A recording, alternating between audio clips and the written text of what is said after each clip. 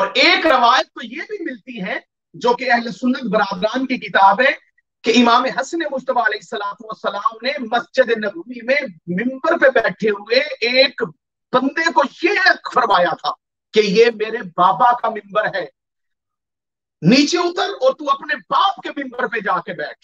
اور آگے سے یہ ملتا ہے کہ اس بندے نے مجبوراً یہ کہا تھا کہ ہمارے باپ کا تو کوئی ممبر ہی نہیں، ممبر ہے ہی آپ کے باب علی ابن ابی طالب کے لیے. بے شک بے شک. سلام پڑھی امام حسن کی ذات پہ محمد.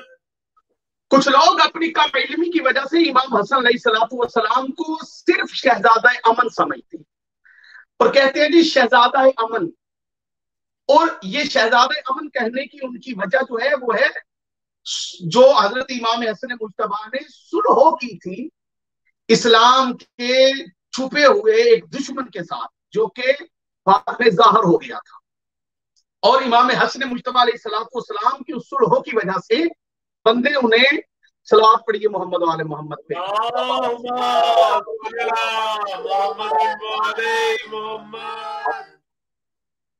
بندے امام حسن مجتبی علیہ السلام کو اس صلح کی وجہ سے شہزادہ امن لکھتے ہیں اور پکارتے ہیں.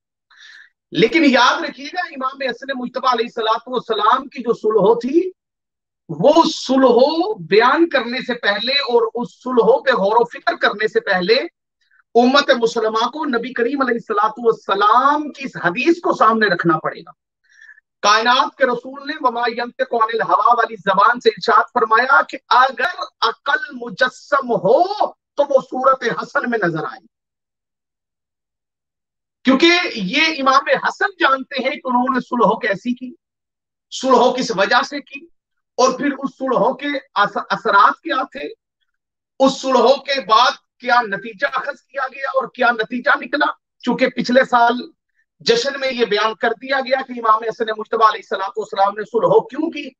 اس کو میں ایک ہی جملے کے اندر بیان کر دیتا ہوں کہ کربلا کا دباچہ صلح امام حسن ہے.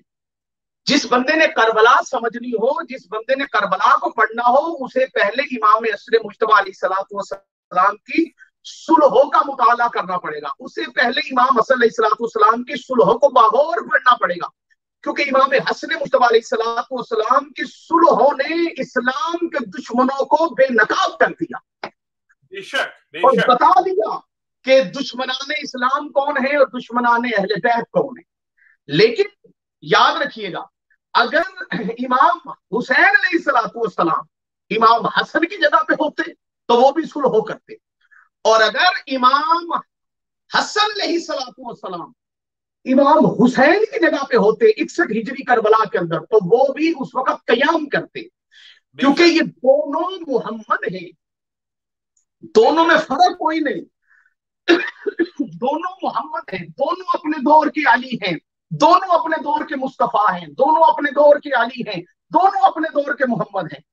لیکن یاد رکھیے گا اگر زندگانی امام حسن کو دیکھا جائے تو امام حسن مجتبی کی زندگی میں ہمیں رسول خدا صلی اللہ تعالی علیہ وآلہ وسلم کے ساتھ امام حسن 7 برس تک امام حسن ہمیں رسول خدا صلی اللہ تعالی علیہ وآلہ وسلم کے ساتھ نظر آتے ہیں.